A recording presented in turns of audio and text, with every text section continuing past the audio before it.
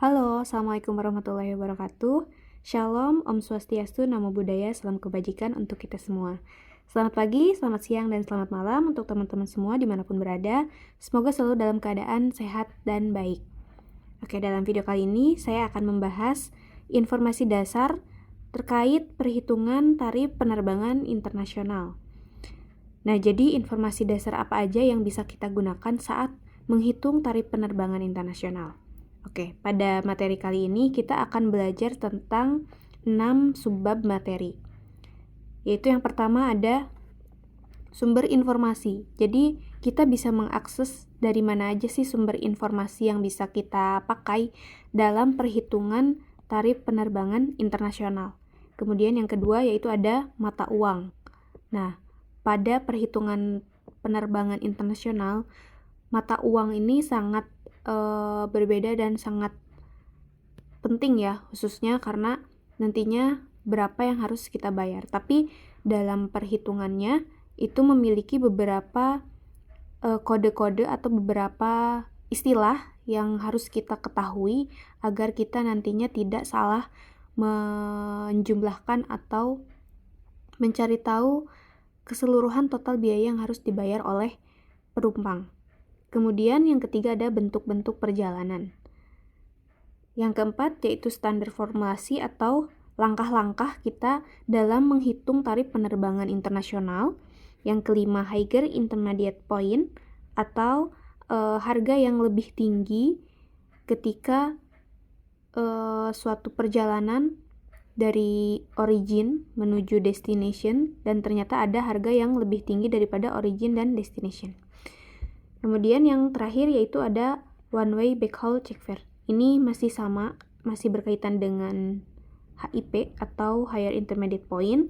Namun nanti perbedaannya harga yang tertinggi itu terjadi di kota mana dan di kota mana. Itu. Oke, selanjutnya kita ke submateri yang pertama yaitu sumber-sumber informasi. Nah, untuk mengakses atau mencari tahu sumber informasi apa saja, kita direkomendasikan untuk mengakses kedua buku ini, yaitu buku Worldwide Fair dan Worldwide Rules, di mana buku Worldwide Fairs dan Rules ini hampir memiliki isi atau sumber informasi yang sama. Bedanya yang sangat mencolok yaitu kalau Worldwide Fair itu berisi tentang harga-harga yang bisa kita gunakan dalam penerbangan internasional. Kemudian kalau Worldwide Rules itu berisi tentang aturan-aturan ya yang akan atau yang harus dijalankan oleh calon penumpang ketika ingin melakukan penerbangan dari suatu tempat ke tempat yang lain. Oke, selanjutnya yaitu mata uang. Nah, pada penerbangan internasional ini, khususnya dalam mata uang itu memiliki beberapa perbedaan. Jadi kita tidak bisa langsung menjumlahkan harga sekian dengan harga sekian. Karena yang namanya penerbangan internasional itu kan terbang dari suatu negara ke negara lain, di mana setiap negara ini memiliki mata uang yang berbeda. Walaupun ada beberapa mata uang yang sama, tetapi tetap saja nantinya kita harus mengkonversi atau mengkalikan dengan nilai mata uang setiap negara tersebut. Jadi kita tahu nominal atau total yang harus dibayar oleh calon penumpang jika ingin terbang atau melakukan perjalanan menuju suatu negara. Yang pertama yaitu ada NUC.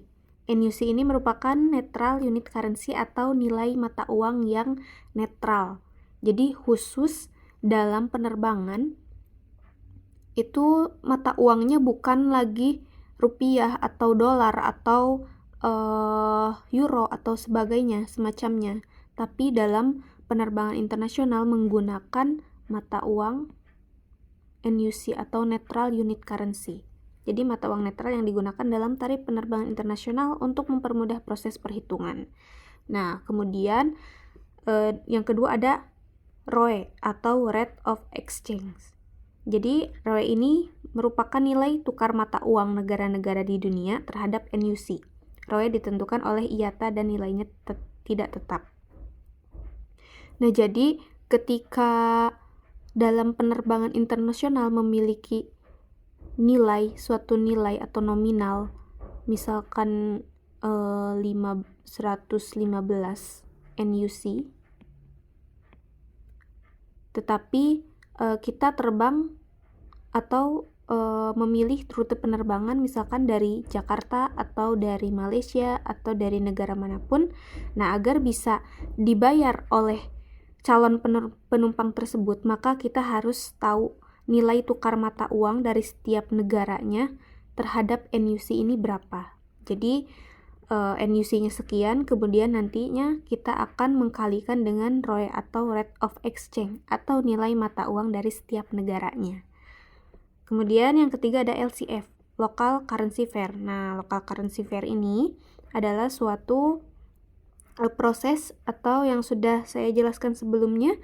Jadi dalam Local Currency Fair ini kita harus mencari tahu nilai NUC jika dikonversi ke mata uang lokal. Jadi ya caranya dengan cara NUC dikali ROE atau nilai tukar mata uangnya, maka nanti akan menyesuaikan nilainya berapa yang harus dibayar oleh calon penumpang tersebut dari suatu negara yang mana calon penumpang tersebut terbang dari originnya. Misalkan mau terbang dari Malaysia atau mau terbang dari Bangkok atau Singapura atau negara lainnya. Jadi menyesuaikan originnya. Kemudian nah, ini untuk rumusnya ya. Kemudian yang terakhir ada RU, rounded up, atau bisa kita sebut juga dengan nilai pembulatan.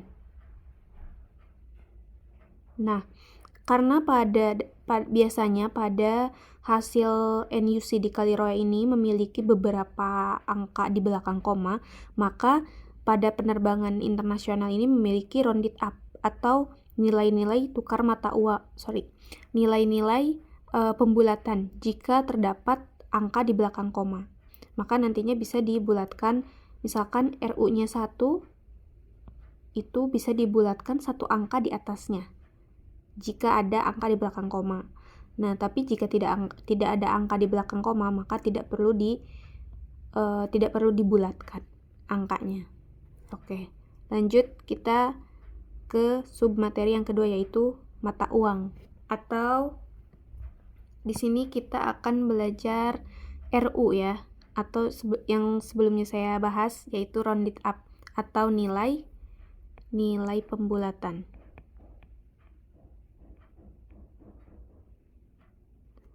Nah, di sini ada contohnya. Di sini dari negara Kanada itu memiliki atau hasil perhitungan untuk penerbangan internasionalnya, yaitu harganya dengan harga NUC 1934,67. Kemudian dikalikan dengan ini adalah ROE-nya atau Rate of Exchange atau nilai mata uang terhadap NUC dari Kanada. Nah, maka hasilnya di sini ada USD 2711,013. Nah, di sini RU-nya 1 nih. Maka kalau RU-nya 1 itu harus dibulatkan satu angka di atasnya. Dari sini ya. Tapi ini juga ada peraturannya. Peraturannya apa? Nah, di sini. Jika ada angka di belakang koma lebih dari 0,1 atau angkanya tuh lebih dari 1, maka jika ada angka di belakang koma lebih dari 0 atau mulai dari 1, itu bisa dibulatkan, angkanya bisa dibulatkan satu angka di atasnya. Tapi jika angkanya kurang dari 1, angka yang ada di belakang koma itu kurang dari 1, maka tidak usah dibulatkan atau tidak bisa dibulatkan. Kalau RU-nya 1, maka dibulatkan menjadi satu angka di atasnya. Kalau RU-nya 2, kalau misalkan RU-nya 5, maka dibulatkan pada kelipatan 5 di atasnya. Kalau RU-nya 10, maka dibulatkan pada kelipatan 10 di atasnya. Contohnya, yang dari sini, Tunisia ini hasil akhirnya adalah 2711,01. Nah, angka di belakang koma ini kurang dari 1, karena yang pertama ini adalah 0 ya. Maka ini tidak bisa dibulatkan. Jadinya tetap USD 2711. Tapi contohnya yang ada di sini, yang di bawah di Tunisia ini, kita lihat hasil akhirnya 1893,9. Nah, angka di belakang komanya ini lebih dari 0 ya, lebih dari 1 juga. Maka bisa kita bulatkan satu angka di atasnya ke sini. Jadinya jadinya 1894. Yang asalnya 1893, maka di belakangnya jadi 94. Kenapa? Karena di sini peraturannya RU-nya 1. Maka harus ditambahkan atau dibulatkan kelipatan 1 di atasnya. Gitu. Kalau di sini yang RU5. RU5 ini di sini ada contohnya dari Thailand. Nah, dari Thailand ini NUC-nya hasil perhitungannya 1934,67 dikali dengan ROE-nya atau nilai tukar mata uangnya itu 25,06. Nah, kemudian dikalikanlah NUC dengan ROE ini. Hasilnya 48483,27. Nah, kemudian di sini RU-nya kan 5 nih. Maka tadi kalau RU-nya 5 berarti harus dibulatkan kelipatan 5 di atasnya. Yang asalnya 48483. Maaf, bentar. Nah, yang asalnya 4883 karena di belakang angkanya lebih dari 0 atau ini kita lihat 2 ini kan lebih dari 0 ya, maka bisa dibulatkan menjadi 48485. Kenapa enggak 484? Karena di sini RU-nya kan 5. Kita harus membulatkan kelipatan 5 di atasnya. Yang awalnya 83 jadi 85. Kenapa? Karena 85 adalah kelipatan angka 5. Kelipatan angka 5 yang dekat dengan 83, tapi harus lebih tinggi dari 83.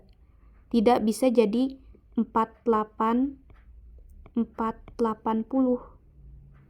Karena yang namanya RU harus dibulatkan kelipatan di atasnya gitu. Yang asalnya 83 yang mendekati kelipatan 5 yaitu 85. Seterusnya seperti itu. Kalau yang 10 berarti dilipatkan atau dibulatkan kelipatan 10 di atasnya. Begitupun dengan 20 ataupun 100 ataupun 50 dan seterusnya. Kemudian yang ketiga, submateri yang ketiga yaitu bentuk-bentuk perjalanan. Yang pertama yaitu one way trip, yaitu perjalanan yang dilakukan dari satu kota ke kota lain baik melalui atau tanpa kota persinggahan dan tidak kembali ke kota asal perjalanan. Jadi contohnya kita memiliki rencana mau terbang dari Singapura menuju Bangkok. Tapi tapi sebelum ke Bangkok kita tuh mampir dulu ke Kuala Lumpur. Nah, ini adalah one way. Tapi one way juga bisa langsung direct gitu. Misalkan dari Singapura langsung ke Bangkok. Itu bisa. Tapi kalau mau lewat Kuala Lumpur dulu atau kota atau negara lain dulu juga bisa. Yang penting tujuan akhirnya itu tidak balik lagi ke Singapura. Tapi memang tujuannya beda dari Singapura gitu. Atau beda dari origin. Kemudian yang kedua ada round trip atau return trip. Nah, kalau round trip atau return trip ini adalah perjalanan di mana ini destination, kemudian nanti tujuan akhirnya juga ini origin. Nah, kemudian nanti tujuan akhirnya balik lagi ke origin.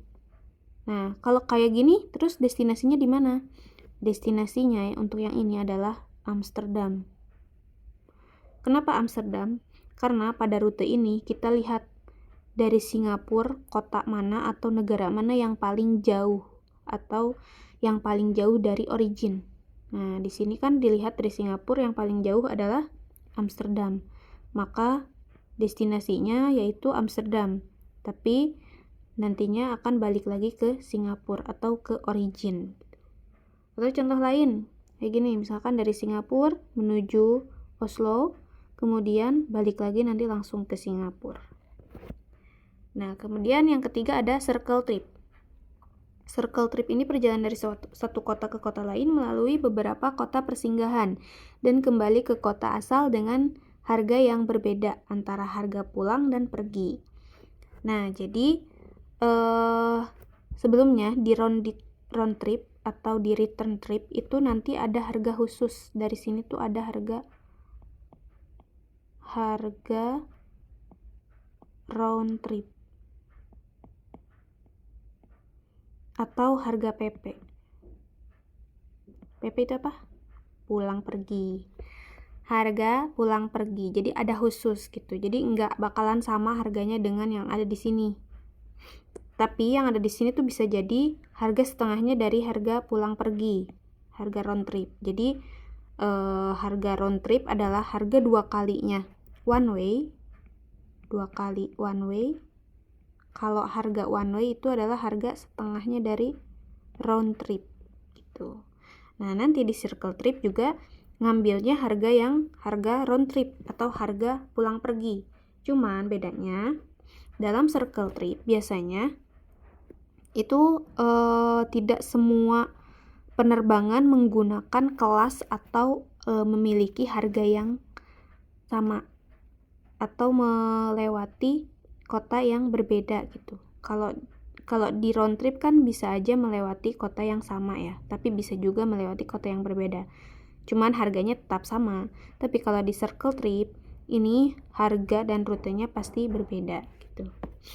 Selanjutnya yang keempat ada open jaw trip, di mana open jaw ini merupakan suatu perjalanan yang menggunakan lebih dari satu moda transportasi.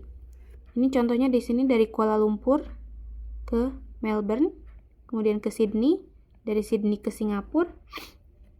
Ini menggunakan pesawat. Tapi dari Singapura menuju Kuala Lumpur ini menggunakan bus. Jadi terdapat moda transportasi lain selain dari pesawat dalam suatu perjalanan. Kemudian yang kelima, round the world trip. Nah, kalau round the world trip ini pokoknya perjalanan keliling dunia yang melibatkan traffic conference 1, conference 2, dan 3.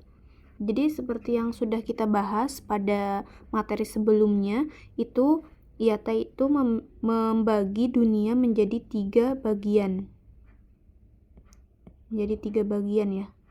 Yang pertama di sini ada TC1, di mana TC1 ini meliputi seluruh benua Amerika, kemudian bagian Greenland, kemudian Kepulauan Karibia, Kepulauan Hawaii, dan bagian Pasifik Selatan ya.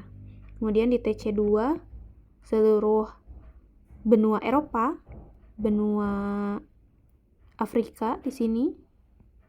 Kemudian di sini ada Iceland. Kemudian ada Rusia bagian barat di sini ya. Atau bisa kita sebut Uni Soviet Barat. Kemudian Timur Tengah juga masuk ke dalam TC2. Kemudian di sini ada TC3. Nah, kalau TC3 itu meliputi benua Asia, Australia, kemudian benua apalagi yang dekat Australia itu ada New Zealand, kemudian beberapa pulau yang ada di Samudra Pasifik sebelah sini. Gitu ya. Jadi kalau round the world trip tuh pastinya penerbangan yang melewati seluruh bagian dunia. Contohnya ini dari sini Hong Kong. Hong Kong ada di DC3 Hong Kong, kemudian ke Honolulu sebelah sini, atau ini sama juga sebelah sini nih, Honolulu itu ada di Hawaii. Kemudian lanjut ke New York sebelah sini. Nanti lanjut ke Frankfurt tuh ada di Jerman sebelah sini, TC2. Setelah itu lanjut lagi ke GNB atau apa ya namanya itu, daerah Madagaskar atau daerah Afrika. Habis itu balik lagi ke Hong Kong ke sini gitu.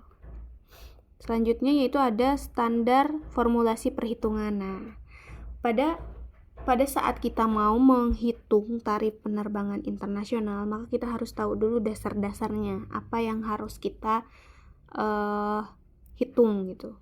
Yang pertama, langkah pertama yaitu kita menentukan Fair Contraction Point atau FCP. Jadi kita harus menentukan dulu berangkatnya dari mana atau originnya dari mana, terus kita mau pergi ke mana, destinasinya mana.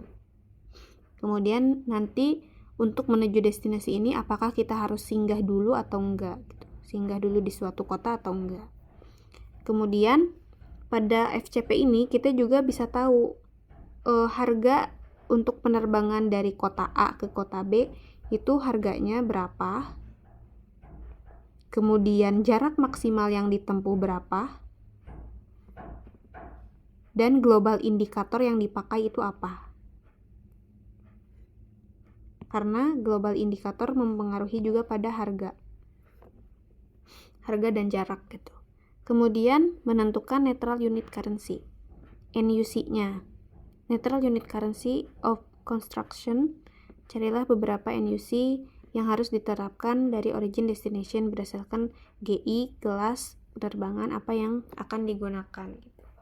Seperti yang saya jelaskan barusan, jadi GI ini akan berpengaruh pada harga atau NUC yang dipakai. Kemudian mempengaruhi jarak juga, karena nanti jarak akan dilihat apakah jaraknya itu melebihi jarak maksimal tempuhnya atau tidak.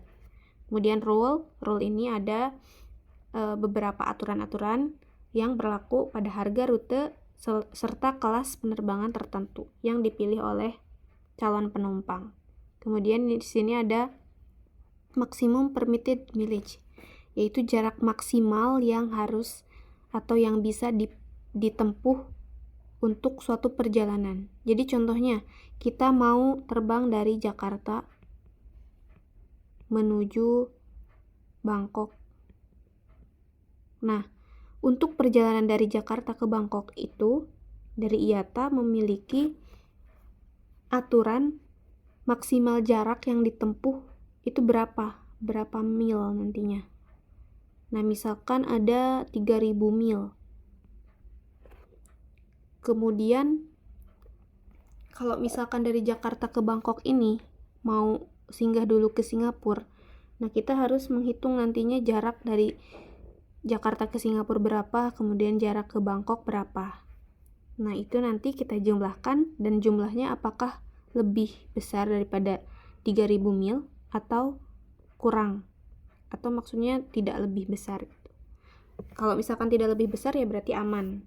Tapi kalau misalkan lebih besar dari 3.000 mil ini, maka nantinya itu bisa kita kurangi, atau bisa juga harga lebih jaraknya itu harus kita bayar. Kemudian yang kelima ada ticketed point mileage. Nah, kalau ticketed point mileage ini jarak per sektor yang ditempuh dalam satu rute penerbangan. Nah, maksudnya itu apa? Jarak misalkan dari Jakarta, Singapura, Manila, kemudian Bangkok. Nah, TPM ini atau jarak per sektor ini yaitu jarak dari Jakarta Singapura berapa, kemudian jarak dari Singapura Manila berapa, kemudian jarak dari Manila ke Bangkok berapa. Nah, tapi bedanya kalau MPM itu jarak yang diperkenankan jika kita terbang dari Jakarta menuju Bangkok, jarak maksimalnya berapa gitu. Tapi kalau TPM itu jarak per sektornya, jarak per dari satu negara ke negara lainnya gitu. Kemudian ada extract mileage allowance. Nah, ini kalau misalkan si jumlah jarak per sektornya ini, jumlah TPM lebih besar daripada MPM, maka bisa dikurangi. Ini ada extract mileage allowance. Jadi ada kelebihan jarak yang diizinkan untuk bisa dikurangi. Tetapi itu ada syaratnya. Syaratnya yaitu jika dalam penerbangan tersebut kita melalui beberapa kota tertentu. Contohnya, kita melewati Bombay dan Delhi. Nah, itu jarak yang diizinkan untuk dikurangi adalah 700 mil. Jadi dari kelebihan jarak nantinya bisa kita kurangi 700 mil. Tapi kalau misalkan enggak melewati kota-kota tertentu tersebut, gimana? Berarti kelebihan jarak tersebut itu harus kita bayar. Yaitu ada di excess mileage surcharge. Jadi kelebihan jarak yang harus dibayar oleh penumpang gitu ya. Tadi kalau EMA extract mileage allowance itu kelebihan jarak yang bisa dikurangi. Tapi kalau excess mileage surcharge itu kelebihan jarak yang harus kita bayar. Selanjutnya itu ada higher intermediate point atau harga yang lebih tinggi daripada origin ke destination. Jadi kalau misalkan ini kan ada penerbangan dari A, kemudian ke B, kemudian ke C, ke D. Nah, harga dari A ke D misalkan 15. Tapi harga dari A ke C itu 17. Berarti itu harganya kan lebih mahal ya. Terdapat harga yang lebih mahal, atau harga dari B ke C ternyata 20. Nah, maka ini nanti kita bisa menghitungnya dengan harga yang 20 ini. Tapi ini nanti akan kita bahas khusus pada pembahasan materi higher intermediate point. Kemudian yang selanjutnya yaitu ada applicable fare atau harga yang akan digunakan untuk kita kalikan dengan IROE atau rate of exchange, IATA rate of exchange. Jadi NUC yang digunakan menentukan harga yang akan digunakan dalam NUC sesuai dengan perhitungan aturan-aturan yang berlaku. Jadi nantinya applicable fare itu harga yang akan digunakan, NUC-nya tuh berapa jadinya gitu. Apakah kita kan tadi dilihat dulu dari jaraknya, apakah ada kelebihan jarak atau enggak. Kalau misalkan ada kelebihan jarak itu harus kita ada bayar tambahan atau enggak. Kalau misalkan ada bayar tambahan, maka nanti NUC-nya itu akan bertambah juga, akan berubah gitu. Jadi applicable fare ini adalah harga, penentuan harga mana yang harus digunakan untuk nantinya dikalikan dengan ROE atau rate of exchange untuk mencari nilai tukar, untuk bisa kita konversi pada nilai mata uang origin.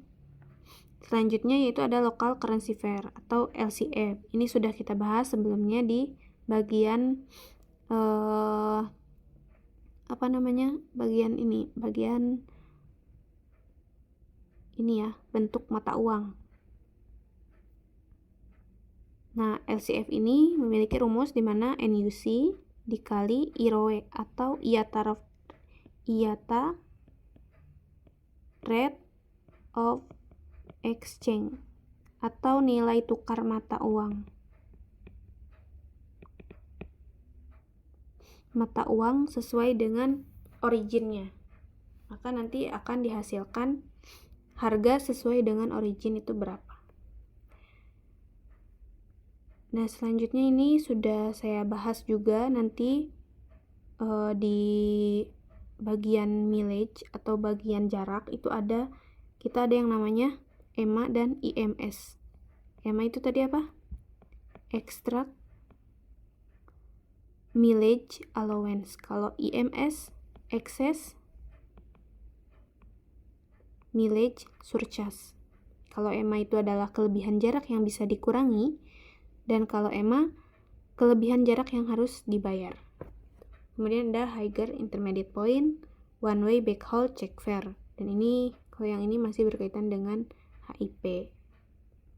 Oke, sampai sini.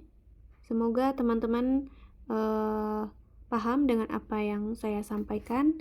Jika ada sesuatu yang kurang jelas atau kurang dipahami, maka teman-teman bisa meninggalkan komentar atau bisa langsung bertanya kepada saya. Baik, terima kasih atas perhatiannya. Mohon maaf bila ada kesalahan, salah kata, maupun penjelasan. Saya akhiri untuk video kali ini. Terima kasih. Wassalamualaikum warahmatullahi wabarakatuh. Shalom, Om Swastiastu, Namo Buddhaya, salam kebajikan. Sampai jumpa di video selanjutnya.